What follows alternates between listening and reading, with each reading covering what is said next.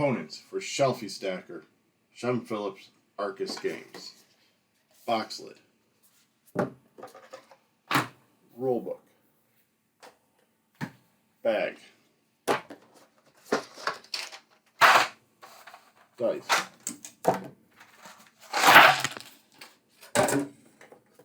Score pad.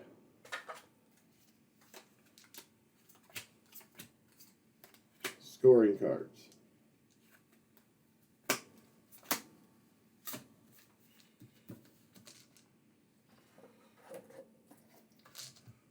Game shelves. Shelf of Shame. Shipping boxes.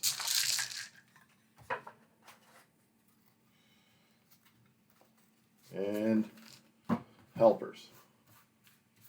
4 different colors. Components.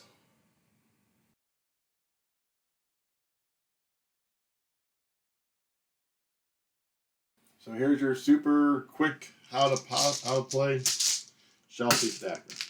Again, this isn't necessarily comprehensive in all the rules.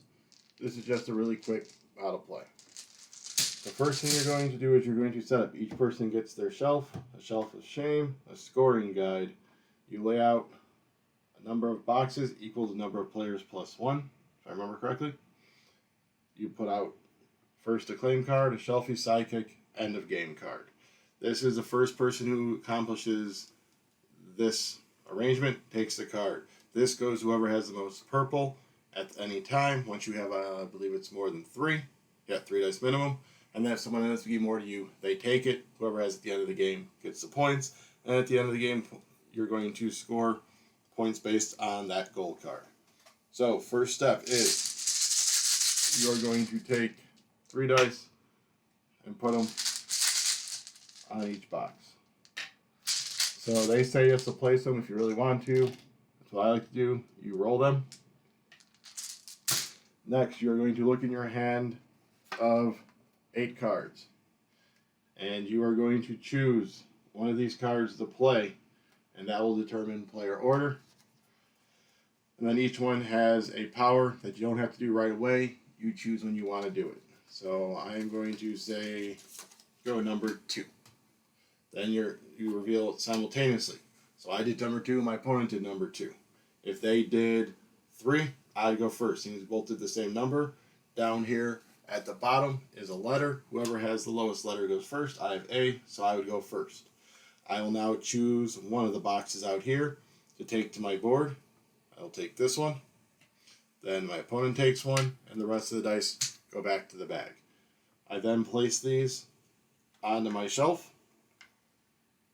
Following, you have to go bottom to top. The dice have to be in ascending order, so 1 through 6. However, if you do take a 6 is wild. You can change it to any number. You'll do this over 7 rounds. So 1, 2, 3, 4, 5, 6, 7. You will not play your last card.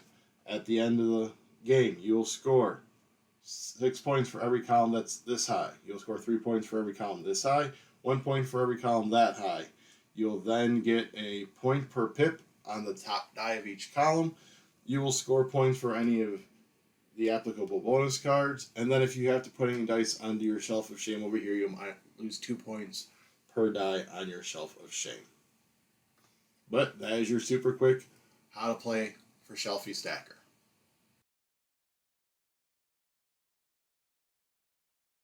Shelfie Stacker, a game about shelving games. That is a pretty cool theme. Uses dice that I like.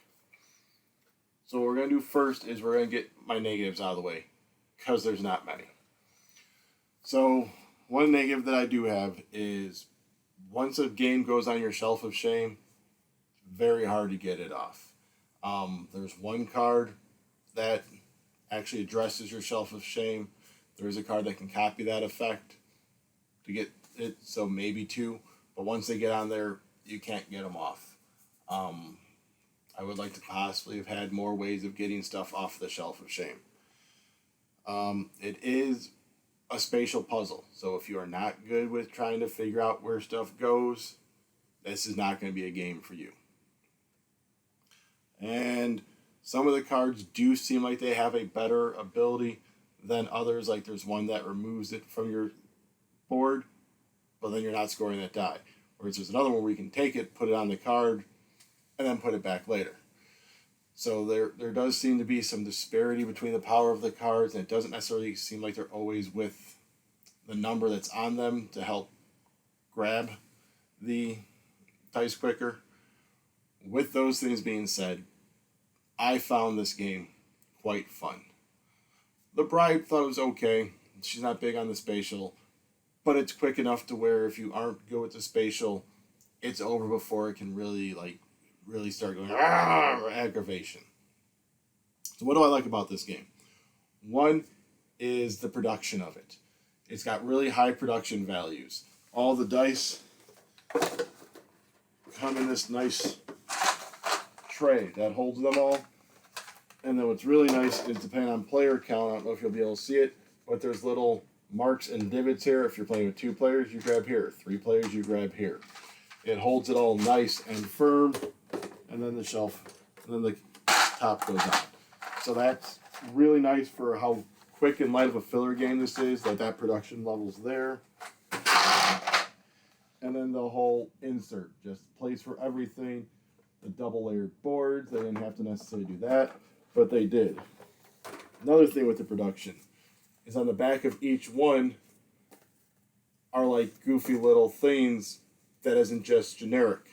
So like this one is it's to avid gamer number, blah, blah, blah, blah.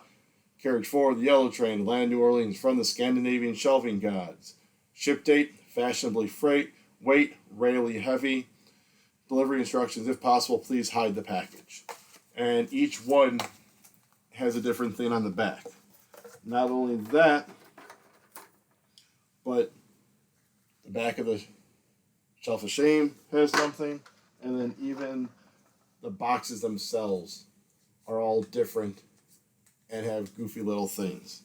They also have plays on names on the different cards, on the box lid, all over. So it's just that little bit of touch to say, this was a game that they took their time and effort into doing. Another thing I like is just the puzzly aspect of it. Having all these little dice that you have to maneuver your shelf. How can I maximize cards I use to maneuver the dice and change them to help me stack more, stack better, get those higher points, maybe be the first. This is a game I have played solo, and it's a quick, fast solo play. You basically have a deck of cards you're playing against. You choose your card, you flip theirs over. If they go first on the bottom, it tells you which ones they grab. You take those get discarded from the game, you make your choice, other 3 go back in the bag.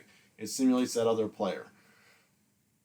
But that's what's nice, is then, so this game is fairly solo-like, basically playing that you have to just deal with your shelf. The only time the other player comes in is if they take dice you don't want. But outside of that, then so it simulates that second player, and you can just fly through a game. I've done a solo game of this in no more than 10 minutes. It's just fast-paced, just a quick little, it's a solo filler too if you want to just kind of unwind from the day. So overall, my opinion on Shelfie Stacker is like everything. Not a fit for everyone, but it is definitely a fun one that you can pull out for people. Very colorful, very vivid. So, go ahead and grab this if you can. Arkus Games is definitely a company that I'm going to be looking forward to in the future. Plus, it's designed by Shem Phillips, who has quite a few games that we enjoy. If I shift my head slightly, you can tell. Right there. So again, Shelfie Stacker, really good. So if you could go ahead, like, subscribe, comment, ring the bell on the YouTube stuff. And until next time, I'm the Groom, stacking shelves.